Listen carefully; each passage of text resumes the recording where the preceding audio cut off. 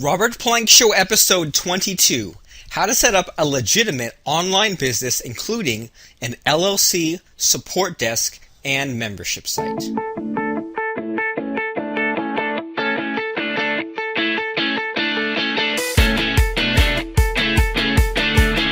Welcome back to the Robert Plank Show. I'm going to start you off with something that copywriter Robert Collier said, which is, success is the sum of small efforts repeated day in and day out. Something to keep in mind as we're all building our own online businesses, creating passive income, and trying to claim the life and destiny that we all deserve and want to have. Now, you might know me. My name is Robert Plank. I'm an ex-computer programmer turned internet marketer, online business owner. Some of my websites include Action Pop-Up, Backup Creator, and Paper Template. I made my first $1 million online before the age of 25.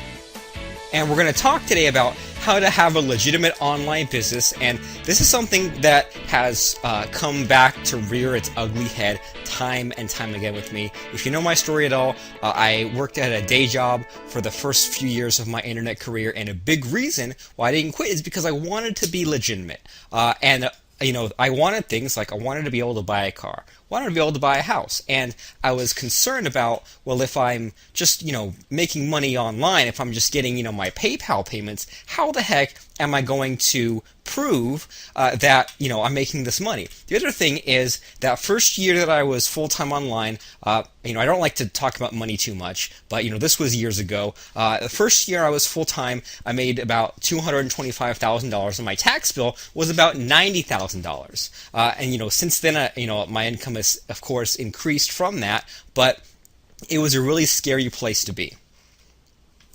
So, if you've been building your own online business or making this kind of progress, you know that this is kind of the way it works, is that, you have a set of problems in front of you, and you solve them, and you get to the next milestone, and then you have a new set of problems, and that's just progress. I mean, you're never going to be problem-free. That's called death, but as we're getting to the next step in our in our career, in our business, our next level of income, next tax bracket, we come across different kinds of obstacles. So today, we're going to talk about how to legitimize you, which means that you have your own website in the search results, you have a support desk to handle customers, you have a membership site to manage your customers, you partially outsource, you have a a business entity to protect your assets, bank account, a few things to do tax-wise, and here's an extra bonus for you is how to take on a partner, and if and when that should happen. So, something to think about, and something that, I don't ask this question enough is, well, what's your name?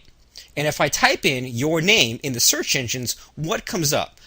Is the whole front page you, or is it someone else, or even worse, does nothing come up? And I can't tell you how many people I meet where, they say, my name's John Smith, or they have even like a really rare name, and I search them, and I get some Facebook pages, a LinkedIn page, maybe some forum posts. And I mean, if you're an online marketer, you need to dominate the whole front page of the search engines, especially Google. So how the heck do you do that? Well, I'm glad you asked, because today's episode of the Robert Plank Show is sponsored by IncomeMachine.com, where we'll get your business set up in 3 days or less. That's at IncomeMachine.com, IncomeMachine.com. And so you have you, right? You are a human being. You have your company, and we'll talk about that in a little bit. But then you have your flagship product. Okay, so for myself and Lance Tomashiro, our company name is Double Agent Marketing LLC. Our flagship product is called Membership Cube. It's a course on how to make your own membership site. So when you go and search Google for this term Membership Cube, what you're going to get are all of our results, and there's a few people talking about us on social media, but the first result is our product.com, membershipcube.com. The second result is the blog that talks about us, which is membershipcube.com/blog. So when someone searches for you, they need to find you as, that front page first result.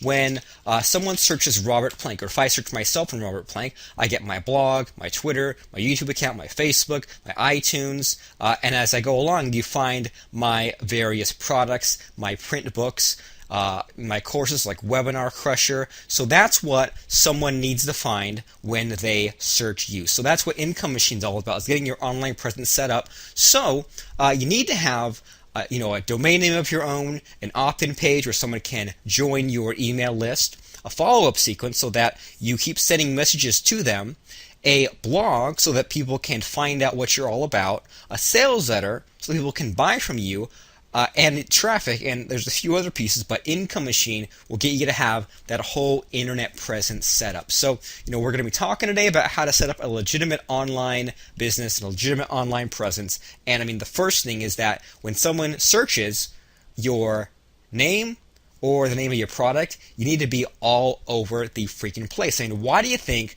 that I do things like this podcast? Well, because I want to have these blog posts. I want to have, things on iTunes. I want to be everywhere on the internet. Helping use a bonus, but you need to be everywhere on the internet.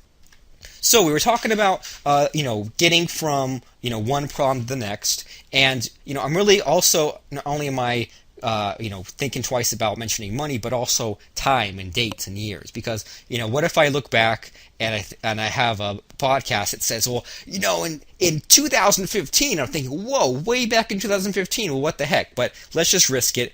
2009. I know that's several years ago. 2009 was my first year of being, full time, and I was hit with a $90,000 tax bill. And ridiculous, right? So, that was kind of scary because, most of us don't have $90,000 tucked away in the bank, and if we're making $225,000, we're not going to think about tucking away $90,000 in the bank, and it's like it's kind of a scary place to be. But I kept having a positive attitude, and I'm realizing that, well, in order to have this big tax bill to pay, I had to make this amount of income. And so, that first year online, I was a sole proprietorship, which means, I was just doing business under my own name. And, you might hear people recommend things like a doing business as, where like you run an ad in a newspaper. Now you can basically have a pseudonym for your name. It doesn't really do anything, and I don't want to give legal advice. Let's just say this for entertainment purposes only. But one of the easy things to do to basically minimize things like taxes is to establish what's called an LLC, limited liability company. You can use a site like that called LegalZoom and get it, underway for a couple $100. Don't worry about. Once again, there's always all this bad advice. People saying, well, you should set up an LLC in Nevada and you can supposedly save taxes and you can't. Or people saying things like, well, you should write off your clothes, or you should get your initials embroidered in a suit and you can write off the suit. Well, actually, no, you can't.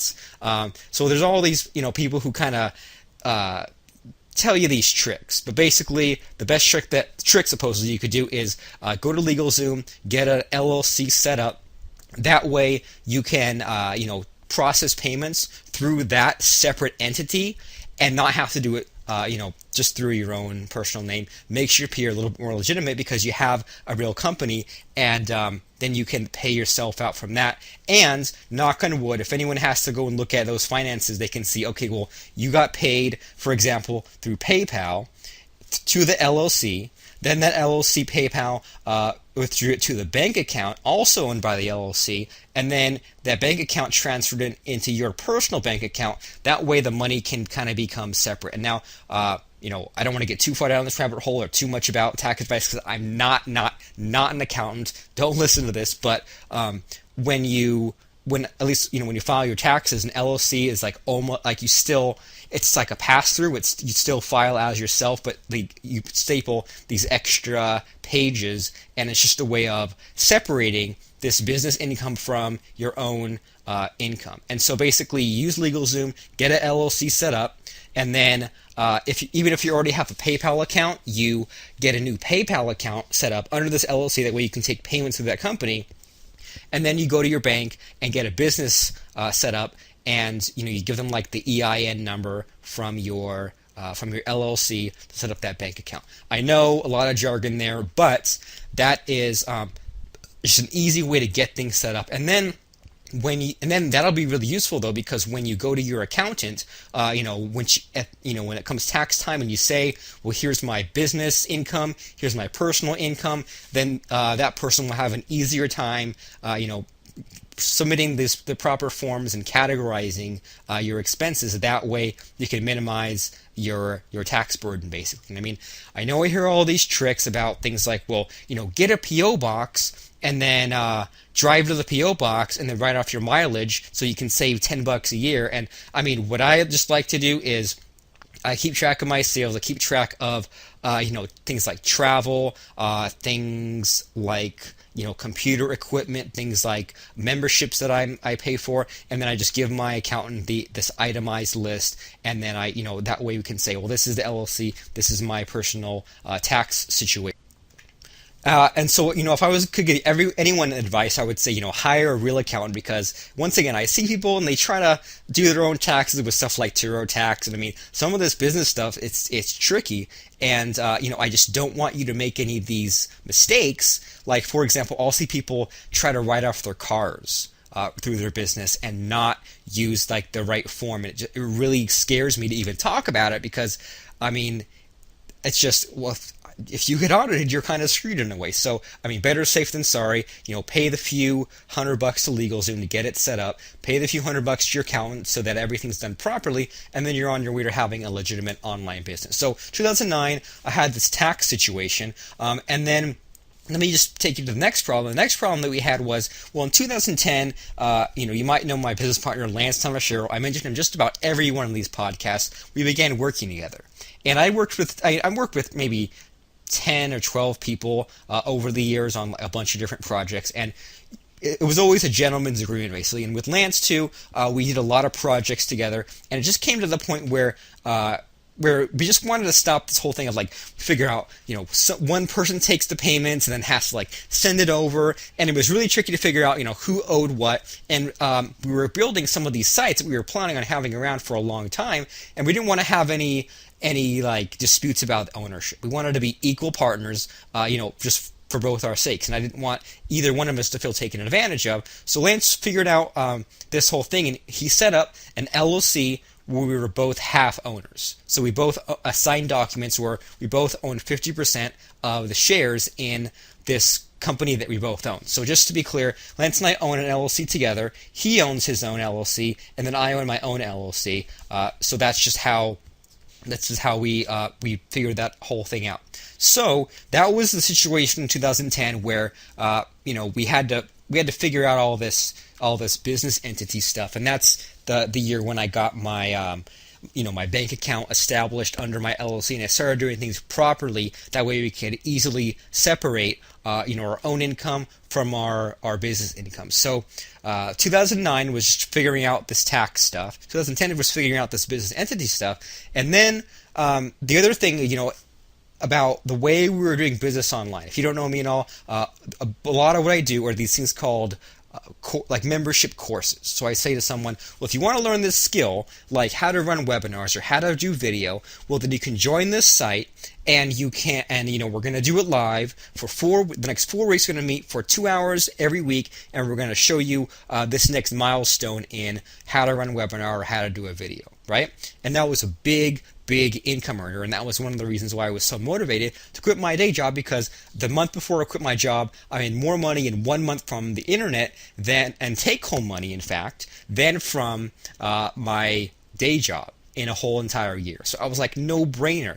12 times the income in a third of the time during the day. That's 30 times the amount of income. I'm so going to quit my day job, and I did. So that was a huge year, but we started running out of gas because we were just like, well, geez, every week we're doing one of these courses and stuff like that. So in 2010, we went back and promoted our old courses. So our course for product creation, for webinars, for sales letters, we went back and promoted all these old courses that we had done, and pretty much the entire year of 2010 didn't really create anything brand new. Like we promoted our old membership course, all kinds of that stuff, and just went back and said, we'd created all these the courses, all these classes, and we just sold them over again. But the only tricky part of that was figuring out things like, well, how do we manage it all? So if we sell 300 copies this year of our $1,000 membership cube course, well, then how do we make sure that everyone who's in there is supposed to be in there and everyone can get to their videos and their software? Well, we used this thing called a membership site. And let me just send you over to membershipcube.com. That's membershipcube.com. And in there, we can show you how to for you to get an idea for your membership site, how to set it up, all the plugins, how to do the content, how to do the marketing. It's all on there, membershipcube.com. And I have a whole podcast episode on membership sites. And the idea with membership sites that most people mess up is that a membership site does not have to be a site where someone pays you over and over and over and over again. It can be a site where someone pays you one time or they pay you 10 times and then all the payments are done. So with a membership site, more often than not, we use it to manage the people who've paid from us and to manage their downloads. And if we make an updated version, updated videos, then they can all go in there. So life was good. 2010, a lot of money for not that much work. But the problem was all these things called fixed term membership sites. Someone joins one of our courses, they have 8 months to pay it off. But we had this problem where we pretty much maxed out our list. So all the traffic, all the people on our subscriber list who was going to see Membership Cube had bought. So we had all this income coming in, but when we were looking 8 months down the road saying, we're going to drop off a freaking cliff. In 8 months, our income's going to go down to nothing. What do we do? So we kept trying different things, and we settled on this thing called software, right? So, like Microsoft Word is software. Your iPhone runs on software. And so we created a plugin called Backup Creator as a way to bring the list back from the dead once all these payments had stopped. So we wanted to build this huge list and then get them to buy our high-ticket courses, but we did it using this plugin called Backup Creator. And I always get flack from two camps of people. People who hate high-ticket stuff and other marketers who hate low-ticket stuff. And I think you should have both. You should sell a product. You should have a course that costs $1,000 or more. And you should have a product, preferably software, that's in the $7 to $47 range. So lucky for you listening right now today, at least when we're recording this, Backup Creator is a $7 plugin. WordPress plugin where you install it on your WordPress blog or membership site, click a button, and now your membership site has been backed up. And so the reason we did that was a strategic reason where we wanted to build a list of buyers. We wanted people to buy and use our Backup Creator plugin so that they would get on our list and buy other things. And so we sold, I think we sold, if memory serves correctly, 1,000 copies in 11 hours. And a total of 2,000 copies in 24 hours. So this was a time when I was used to selling a few hundred copies of things. This was thousands of copies of this thing. And at the time I'm making this podcast, Backup Creator is running on 66,000 sites, and I hope that by the time you listen to this, it'll be at well over 100,000 sites, maybe 1 million sites. Who knows? But Backup Creator is our biggest product probably, as far as the number of users, number of sites it's on. So we were kind of a little bit ahead of the game there because we had the membership site, right? Not just a download page. So normally a download page is where someone sees a sales letter, they pay you money, and they go to thanks123.html, right? And then that's pretty much it. It's like, thanks, download this, hope you got a copy, see you later. With a membership site, they can go back in and grab the latest version, which was so important because now when we're dealing with thousands of customers, then you need them to be able to get in there without a lot of hassle. If you figure even 1% or 5% had some kind of issue, we wouldn't be able to manage all the people trying to find the latest and greatest version. Every now and then, if I upload the wrong version or hit a wrong button, we hear about it within 5 minutes, and then it's fixed instantly. So we have a lot of users of this plugin. So with the membership site, we were able to manage those. What we weren't able to manage is people had questions or they wanted a certain thing a certain way on their server, and we just managing with emails. We just couldn't do it. because I mean, honestly, I check emails a few times a week, and I, don't reply to most emails, and if I do, it takes me a while. So to do this, to deal with this new customer support, we couldn't do it. So we needed in 2011 to set up this thing called a support desk or a help desk. And I mean, the most mainstream one is Zendesk.com. That's Zendesk.com. And the thing about the support desk is, well, first of all, you can give people a special email address to email you, and it'll go right there, and it'll make a new ticket in that. And so basically someone can have a question, it goes and creates a ticket, and then you can reply to them, and then you can easily see a history of what you said. So if they say, I never got a reply, you can say, nope, here's the URL you will reply to. Now the other added bonus is if you ever need to take on more customer support people or remove yourself from the equation, then you can just add a user to this ticket system. People keep emailing into the same area, but someone new responds to them. And I mean, I didn't get this at first until one of my friends, Tracy Childers, who created a Wishlist Member and FLV Producer, told me about one of his products. He said, I haven't logged into that support desk in over 2 years. And I mean, now it's been like 5 or 6 years probably. So how cool is that? A totally hands-free business by having a membership site and a support desk. So as we're winding all this down, I want to talk about one final piece of the puzzle, which is this thing called partial outsourcing. So, there are things in your business where you're the best one to do them, but there's a lot of things you don't want to do, and there might be technical things or certain things with traffic, but then people fall into the trap of going on a hiring spree, right? Like, I gotta have someone to answer email, someone else to answer the phones, someone else to hold the video camera if we do videos, and they hire this whole huge staff, and they get office space and all these crazy things, and then then they spend all their money, and next thing you know, they have to fire people. So instead of all that craziness, the number one thing I would outsource, if we're going by the 80-20 rule, is content. Not just any kind of content, but I would outsource transcription. And I mean, even this podcast right now is going to be transcribed, believe it or not. So whenever you have something to write, and I mean, for most of us, I think writing's our bottleneck, right? We want to make blog posts, articles, book content, reports, things like that, and typing, even if you're a fast typist like me, just takes too dang long, and you get writer's block. But do you ever get speaking block? Probably not. So we have a course called Make a Product. That's MakeAProduct.com, and we can show you how to, for example, create a book in 1 hour, to create a blog post or an article in 3 minutes. If you want to have 100 pieces of content, that means 100 articles or blog posts, you can do that in one single day. And it's all by using a system, and it's all by using partial outsourcing. So I like to speak out the thing I'm going to have typed out. I just speak it out the way I'd normally talk. I go and get someone to type it up. I hire a second person sometimes, not always, but sometimes a second person to edit things. For example, if it's going in a print book, I like to just have the grammar of the language just kind of edited so it sounds more written, not spoken, and then that's it. So, I mean, I know that if you're listening to today's podcast, you're thinking about how to, completely replace myself and completely remove myself from the equation, and I think a better thing to do is leverage yourself so that you're the decision maker, you're the the voice, you're the vision behind your company, but you do these things and you set things up and you work smarter, not harder. You use the income machine system to set up your opt-in page, follow-up sequence, blog, sales letter, and traffic. You use LegalZoom to get your LLC and your corporate structure set up so you can write certain things off.